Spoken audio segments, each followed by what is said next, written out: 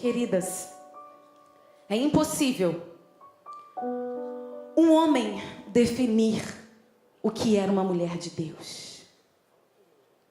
E quando somos expostas ao entendimento, o significado de ser simplesmente uma mulher de Deus, eu acredito que encaixa muito bem o texto que está em Isaías 55, nos versículos 8 e 9, quando ele diz ao nosso respeito: pois os meus pensamentos não são os pensamentos de vocês, nem os seus caminhos são os meus caminhos, declara o Senhor. Assim como os céus são mais altos do que a terra, também os meus caminhos são mais altos do que os seus caminhos, e os meus pensamentos mais altos do que os seus pensamentos.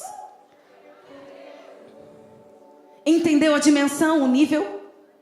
É impossível um homem definir, é impossível um homem dizer a você o seu verdadeiro valor. É impossível um homem te intitular de qualquer coisa que seja. Porque o título de mulher de Deus foi dado por Deus. E deixa eu te dizer algo. Não é um título terreno, porque este título foi formado na eternidade. E Deus formou a mulher como resposta a uma necessidade, a um problema que houve lá no início. Na verdade, não era bem um problema, mas era uma necessidade. E ontem, enquanto eu estava aqui nessa conferência, o Espírito Santo falava tão forte ao meu coração que o tempo todo a gente fica: Senhor, o que eu devo falar?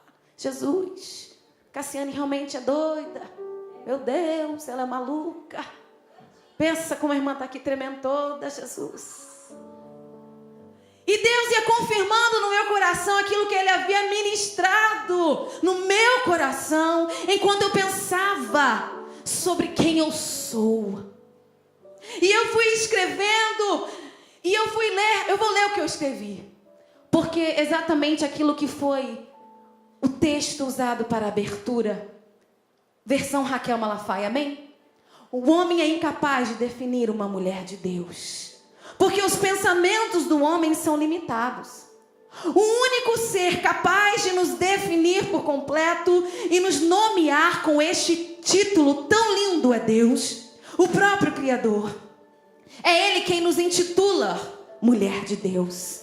Através da sua palavra, escrita por homens, inspirada por Ele, Ele diz: a minha imagem te criei, mulher, para ser fértil, para multiplicar-se, encher e subjugar a terra, com o homem em parceria, sendo a Ele uma ajudadora, idônea, ajudadora, adequada, uma mulher capaz de auxiliar adequadamente para toda boa obra, não inferior, mas ao lado, sempre elevando a autoridade do homem, edificando o seu lar como mulher sábia, mulher que teme ao Senhor, que tem um valor imensurável. Será que eu posso ouvir um glória a Deus por isso? Alguém que conquista o respeito através da bondade, que tem uma beleza imperecível. E esta beleza não se pode conquistar através de meios humanos, porque ela vem de dentro para fora, de um caráter nobre, irrepreensível. Aí nessa palavra eu tive que parar. E eu fui buscar no dicionário bíblico o que significa ser irrepreensível. E eu encontrei algo que me confrontou. Ser irrepreensível é ser alguém que não tem necessidade de ser corrigida. Entendeu como confrontou? Ou seja, esta conferência foi marcada por Deus, mulheres, não somente para te lembrar daquilo que você foi gerada para ser, fazer, executar e representar, mas ela vem como um despertar para as nossas vidas. Porque o ser humano, ele esquece facilmente das coisas. Nós mulheres, então, como a gente esquece. O marido elogiou ontem, aí hoje acorda carente e fala: amor, você nem me elogiou. Não, acontece só comigo, né? Tá bom. E olha o que mais o Espírito ministrava no meu coração. Além de ser irrepreensível, que não tem necessidade de ser corrigida, ela tem uma beleza demonstrada em um espírito dócil e tranquilo. Não cabe ansiedade, não. Ela tem uma conduta honrosa. Gente, isso aqui também é de confrontar. E em tudo ela é confiável. Meu Deus. Tudo. Palavras, filhos, marido, lar, casa, amizades, segredos. Em tudo. Ela não é dominada pela ansiedade, muito menos pelo medo. E ela é uma mulher discreta. Ela tem bom senso. Ela é ensinável. Ela possui muitas virtudes e muitas características, porém ela possui humildade. Humildade. Ela se veste modestamente com decência. Ela é uma geradora de vida e promove a paz. O seu lar é a sua prioridade. Com sabedoria, ela administra todas as suas tarefas e responsabilidades. Ou seja, ela não acumula tarefas porque ela precisa controlar tudo, não. Ela delega e ela sabe exatamente aonde ela precisa interferir, porque ela não tem medo do seu lugar. Ela é uma mulher segura e não controladora. Não estava no script não, mas aí desceu aqui, entendeu? Todas as suas atitudes, todas, revelam fé, santidade, bom senso e amor. E amor. Realmente são tantas características lindas que definem uma mulher de Deus, mas eu quero destacar esta última nesta manhã. Porque uma mulher de Deus simplesmente ama. Uma mulher de Deus simplesmente ama. Ela é amada, mas ela também ama. Você sabia, querida, que a necessidade número 1 da mulher, você sabe qual é? A necessidade número 1 da mulher? Quem sabe? Eu descobri que a necessidade número 1 da mulher é ser amada. Dr. Miles Monroe diz que a necessidade número 1 da mulher é ser amada. Por isso que Deus fez o homem para fazer o quê? Maridos, amem as suas esposas, porque eles se completam. E a necessidade da mulher de ser amada é algo que precisa ser dado muita atenção. Pois é um amor que nos habilita a ser tudo aquilo que Deus nos projetou para ser. É a marca registrada de todos os seguidores de Cristo. O amor não é simplesmente o primeiro mandamento, mas ele é sim a principal característica de Deus. Não foi para isso que ele enviou o seu filho? Porque ele nos amou.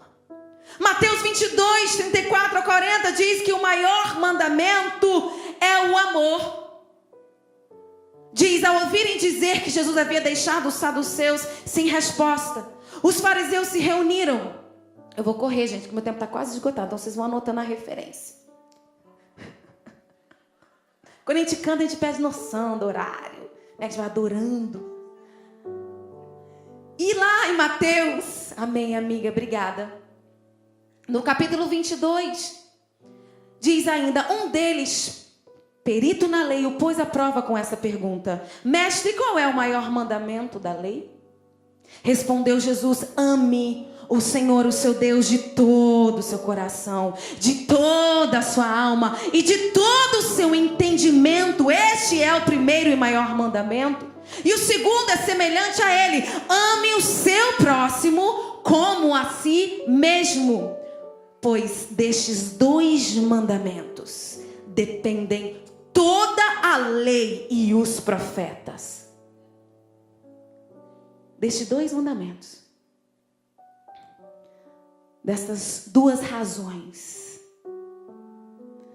desta motivação, depende a sua vida, a sua família, o seu ministério, a sua missão, a sua identidade. Os fariseus e os saduceus estavam sempre em busca de algo para usar contra Jesus.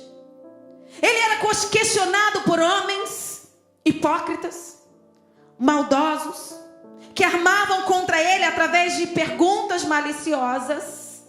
Acho que nenhuma mulher se viu já nessa situação aqui, não, né?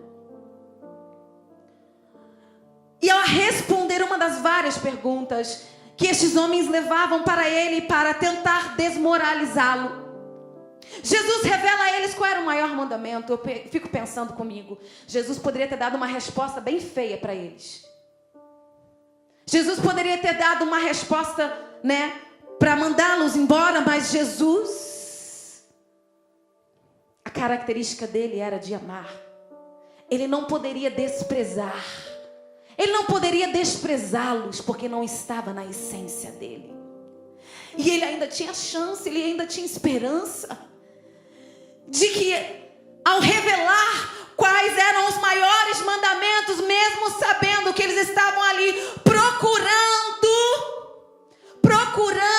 pegá-lo em alguma coisa, para poder julgá-lo, para poder desmoralizá-lo, Jesus ainda tinha esperança, porque ele não despreza ninguém. Ele não é indiferente nem mesmo com aqueles que querem prejudicá-lo. E assim Deus te criou para viver, mulher de Deus. Ele te formou para que você simplesmente amasse. Simplesmente assim. Todas as leis, toda a lei e os profetas dependem destes 2 mandamentos. E eu pensei, amar realmente a fazer a diferença. Porque aquele que ama cumpre o maior mandamento. Você crê que Deus tem algo a falar ao seu coração nessa manhã? Ele te atraiu com o amor dele. E enquanto eu pensava nesse título e eu orava ontem, e eu senti o Espírito Santo mover o meu coração, e ele falava ao meu coração que ele iria curar mulheres que se encontram neste lugar, mas ainda não se encontraram. Mulheres que até conhecem a palavra, mas elas ainda não sabem qual é o propósito de vida delas. Quantas mulheres se olham e olham para si e pensam: eu não sou nada, eu não sei nada, eu não posso nada. Querida, isso não é sinal de humildade. Desculpe dizer isso. A humildade que Jesus nos ensinou a ter não é uma humildade de autopiedade, de vitimização, de se colocar abaixo, de se colocar inferior e depois, por causa disso, reagir da forma que você quiser diante dos maiores desafios da vida. A pastora Helena Raquel pregou: querida, você precisa passar pela porta dos relacionamentos. E sabe como você vai passar por essa porta? É amando. Não tem como passar pela porta do relacionamento sem amar. Não tem como. E Jesus, durante todo o tempo, na sua história, na sua trajetória, mesmo sendo rodeado por todo tipo de pessoas, ele em nada foi reprovado. Ele sofreu as maiores e mais difíceis provações, tentações, mas em tudo ele triunfou. E se ele triunfou, querida, a revelação do amor de Deus é o que me mantém de pé. A revelação do amor de Deus é o que me trouxe a este lugar. Porque se você ficar olhando para a sua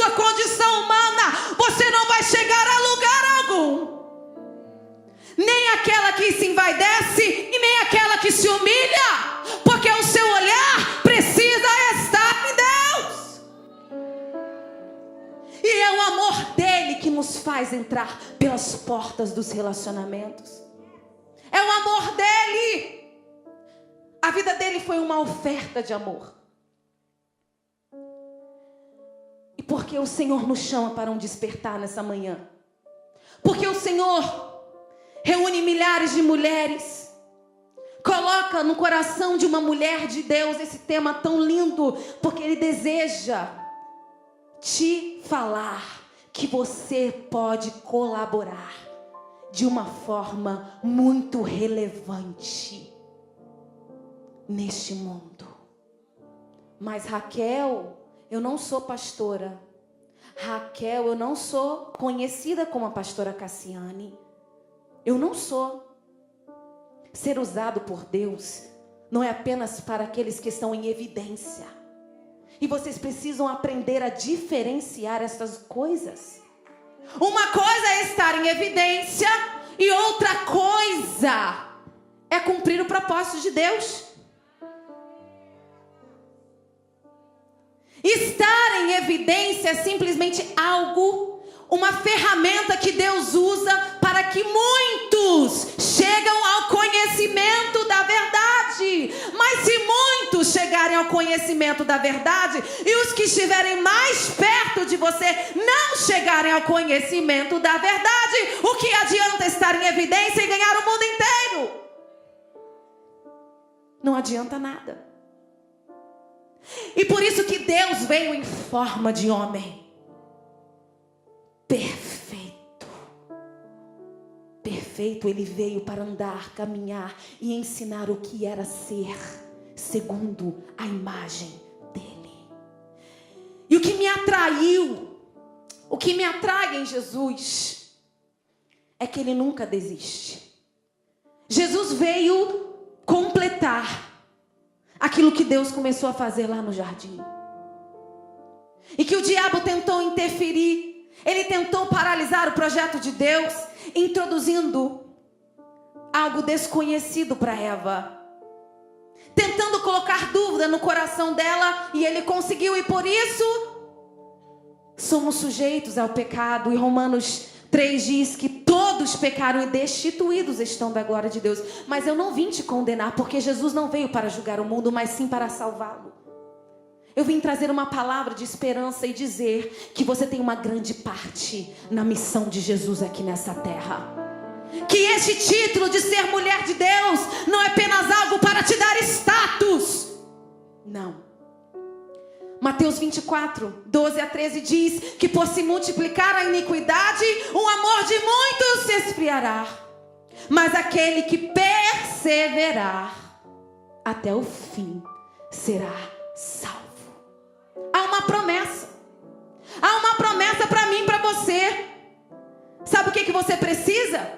Você não precisa ser reconhecido por homem nenhum para poder cumprir o propósito de Deus. Você só precisa perseverar. Você só precisa prosseguir. Você precisa amar. Está claro e visível. À medida que cresce a tecnologia, cada vez mais podemos perceber o quanto que o mundo precisa de Jesus.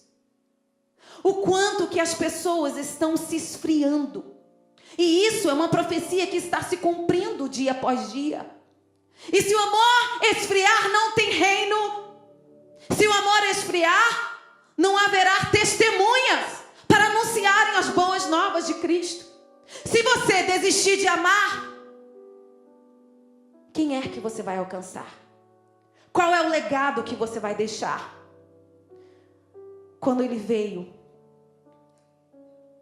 por causa das pessoas. Ele não veio para provar que Ele era perfeito e santo. Não. Ele veio para mostrar o quanto Ele te ama. Com a intenção de que o amor dele de fato, te transformasse em uma nova criatura. Porque Ele não desistiu de você. Ele não vai desistir de você. A graça e o favor de Deus estão à disposição de todos aqueles que verdadeiramente o reconhecerem. E eu quero destacar nesta manhã uma linda lição do que é de fato amar. Jesus nos deixou uma lição tão linda em todo o tempo que Ele esteve aqui. E por isso que eu quero usá-lo como o maior modelo. O salmista Davi diz que os caminhos do Senhor, o caminho do Senhor é um caminho de amor e de fidelidade. Porque Ele conduz os humildes na justiça e lhes ensina o seu caminho. Salmos 25. Esse é o caminho. E esse caminho ele só pode ser trilhado pelos humildes. E é através de Jesus que podemos desfrutar de um relacionamento profundo com Deus. E quem desfruta de um relacionamento humilde com Deus não retém o amor dele, independente da circunstância. E então, enquanto eu orava e o Espírito Santo falava ao meu coração, ele me lembrou do texto que está, abre a tua Bíblia em João, no Evangelho de João, no capítulo 13. E eu me lembrei de quando Jesus estava na sua despedida, num jantar de despedida com os seus discípulos. E Jesus decide lavar os pés dos seus discípulos. Queridas, que ato de amor lindo do nosso mestre. Ele decidiu se levantar do seu lugar de conforto. Ele estava rodeado pelos seus discípulos. E ele se levanta da mesa. Ele pega uma bacia com água. Ele pega um pano. E ele coloca na sua cintura. E ele vai até Pedro lavar os pés de Pedro. Lá em João capítulo 13, o versículo 12. Diz: quando terminou de lavar-lhe os pés, Jesus tornou a vestir sua capa. E voltou ao seu lugar. Então lhes perguntou: vocês entendem o que lhes fiz?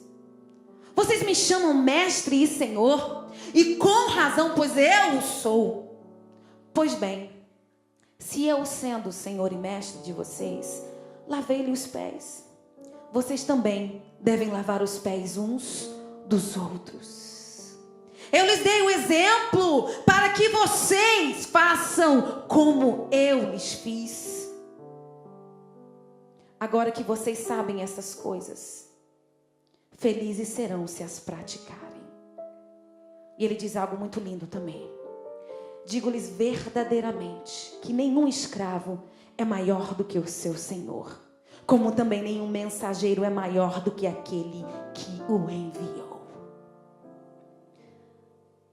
Queridas, Jesus decidiu lavar os pés dos seus discípulos, sabendo quem ele era, sabendo que ele iria retornar ao Pai, sabendo que o diabo, Satanás, havia colocado a ideia no coração de Judas de traí-lo, sabendo que Pedro iria negá-lo, sabendo que lá na frente, depois, os discípulos iriam brigar entre si, querendo saber quem era o maior.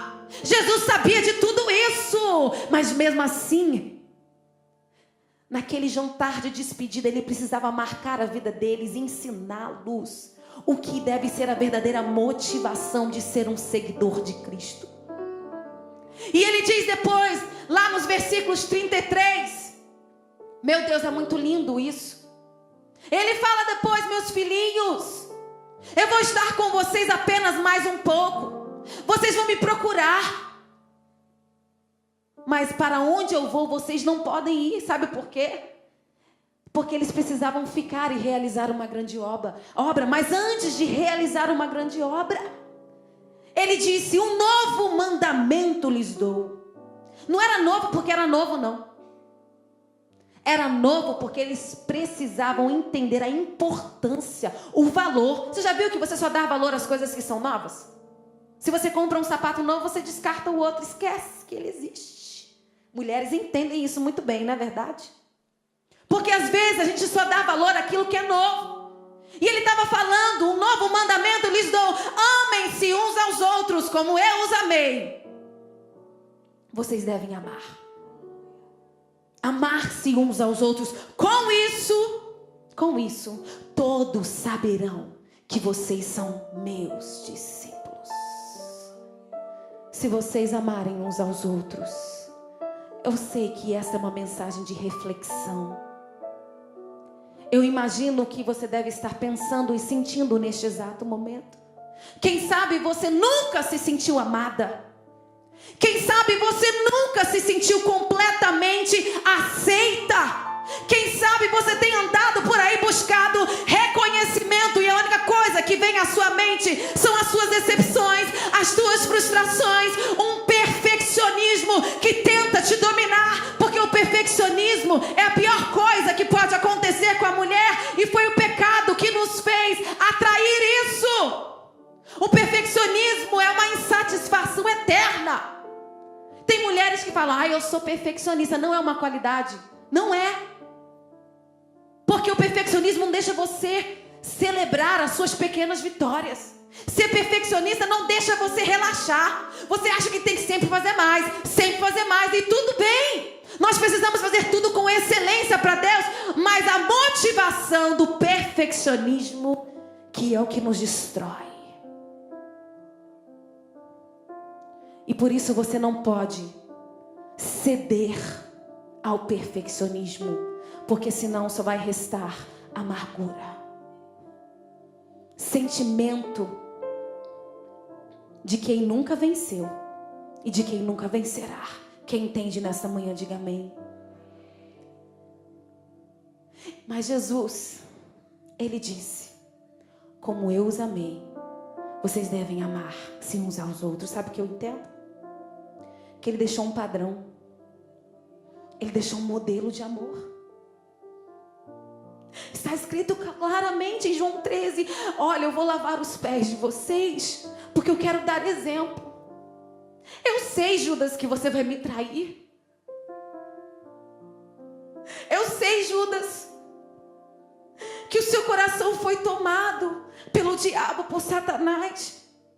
Judas, eu sei que você terá um fim trágico por você desprezar quem eu sou, por você me vender. Mas até isso serviu para ele cumprir o propósito dele.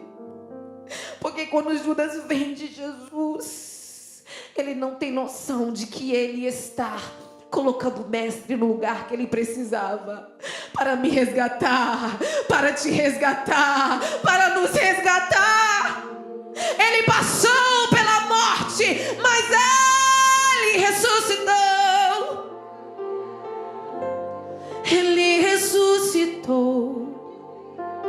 A morte não pôde detê-lo.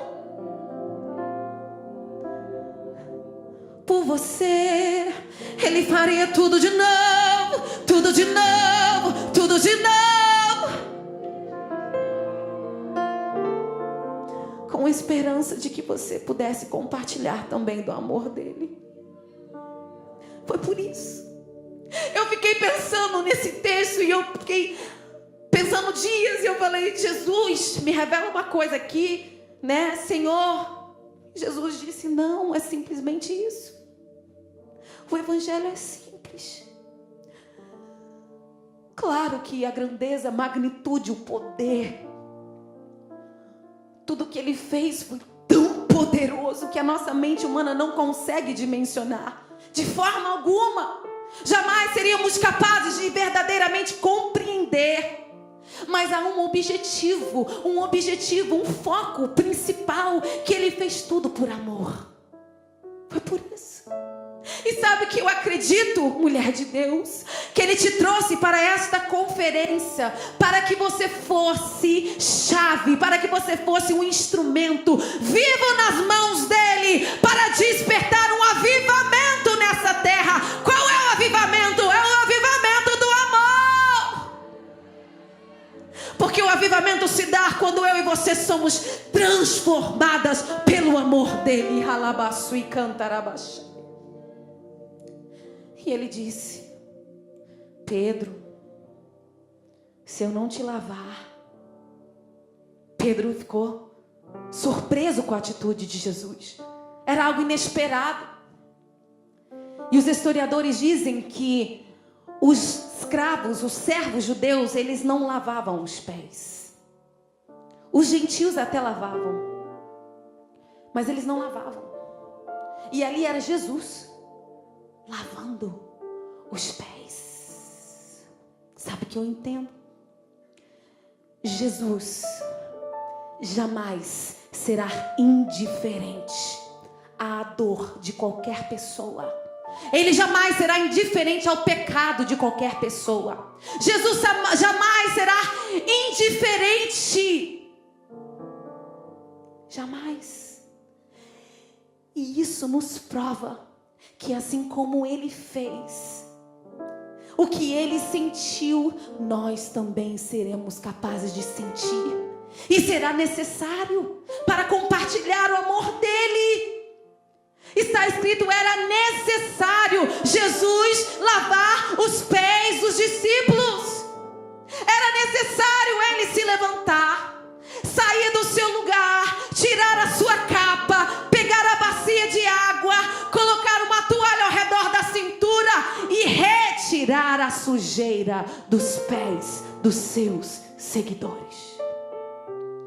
Era necessário. Será que você já lembrou de alguém que está ao seu redor, que está sofrendo, que está sendo mal compreendido, que está sendo deixado de lado? Ou será que você deixou alguém de lado? Será que as dores da sua vida, será que as ofensas da vida te fez indiferente? Muitos não te compreendem, porque é uma barreira que te impede de passar pela porta dos relacionamentos. Há uma defesa, como uma armadura. E eu vim aqui nessa manhã para te dizer que você não precisa ser refém das ofensas. Você não precisa ser refém daquilo que falaram a teu respeito. Você não é refém do pecado, porque se fosse, você estaria negando o tamanho do sacrifício de Jesus na cruz do Calvário. Se ele foi incapaz de destruir essa armadura que te impede de se relacionar com as pessoas, então, o que será de você mesma? Se você negar o amor dele a alguém. Se você negar lavar os pés de quem precisa ser lavado. É claro que você só apenas vai fazer uma demonstração. Você apenas vai fazer algo, mas quem trabalha enquanto você lava os pés é o Espírito Santo. E sabe onde eu acho que muitas pessoas estão errando, estão falhando? Sabe onde eu já errei? Em julgar alguém. Em olhar para uma pessoa que está cheia de armadura e dizer, jamais vai ceder. Não, deixa pra lá. Será que foi só eu que já pensei isso? Pra quê? Por quê? Quem é que já se viu pensando assim? Pra que eu vou ligar pra ela? Me desprezou, foi indiferente. Por que eu devo ir até ela? Se Jesus não faz, quem sou eu? Eu sei. Você é simplesmente uma mulher de Deus. Isso te dá o poder para fazer a diferença na vida de alguém. Esse nome precisa valer de alguma coisa na nossa vida. Esse nome precisa nos sensibilizar de alguma maneira, meu Deus.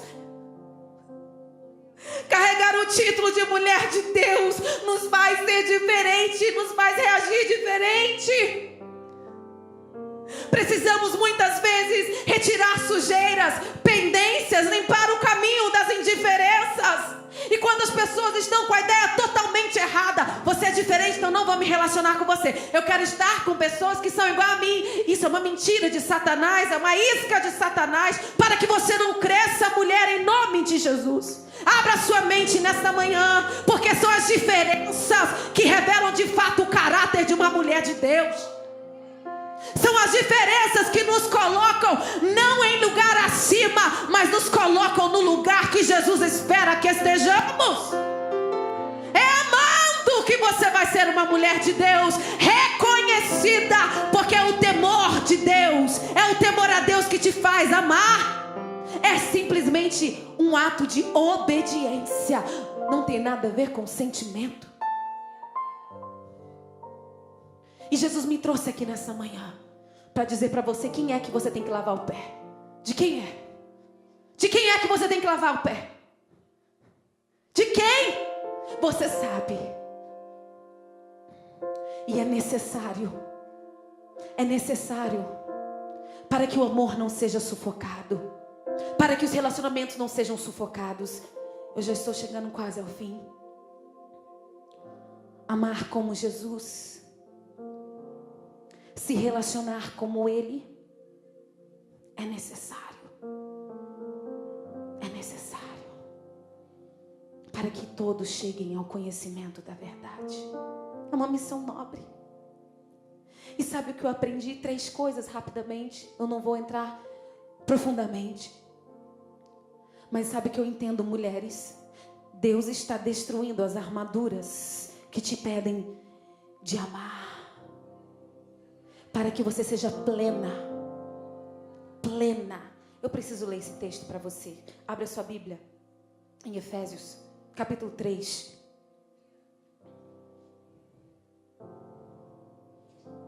Versículo 14.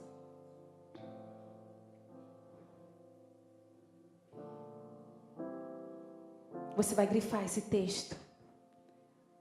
Eu destaquei esse texto porque é o texto que nos ensina o que é de fato ser uma mulher realizada e plena.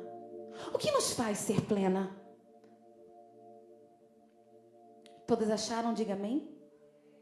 Por essa razão, ajoelho-me diante do Pai. Olha o ministério da intercessão aqui. Do qual recebe o nome toda a família nos céus e na terra. Oro para que, com as suas gloriosas riquezas, Ele os fortaleça no íntimo do seu ser, com poder, por meio do seu Espírito, para que Cristo habite no coração de vocês, mediante a fé. E oro para que, estando, eu amo essa parte, arraigados e alicerçados em amor, vocês possam, juntamente com todos os santos, aleluia, compreender a largura, o comprimento, a altura e a profundidade, e conhecer o amor de Cristo que excede todo conhecimento, para que vocês sejam cheios de toda a plenitude de Deus. Está precisando de poder? Quem é que sabe que precisa do poder de Deus na sua vida? O amor te dá poder. O amor te dá poder. O amor é mais forte que a morte. Essa plenitude aqui, que você escuta tanto ser ministrado nos altares, plenitude de Deus vem através do amor. Mas Ele deixou a dica. Ele disse: é preciso que Cristo habite no coração de vocês mediante a fé. Quem é que vai abrir o coração nessa manhã? Quem é que vai abrir o coração nessa manhã para ser um instrumento poderoso nas mãos? Eu estou perguntando, mulheres de Deus, quem vai abrir o coração nessa manhã? Quem vai? Quem vai? Quem vai? Quem vai? Ele nos chama. É necessário. E Ele te diz nessa manhã: não tenha medo de demonstrar amor, querida. Não tenha medo. Eu sei que nem sempre é fácil. Eu entendo, eu não quero diminuir a sua dor, eu não quero desprezar tudo que você passou, mas o amor de Deus, ele precisa ser derramado sobre as suas feridas.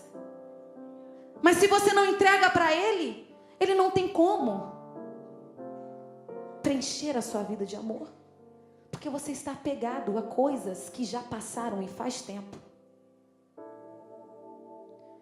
E eu te digo, se ele, não cometendo pecado algum, foi capaz de se humilhar, foi capaz de morrer, ele foi capaz de se entregar, mesmo não tendo culpa de nada.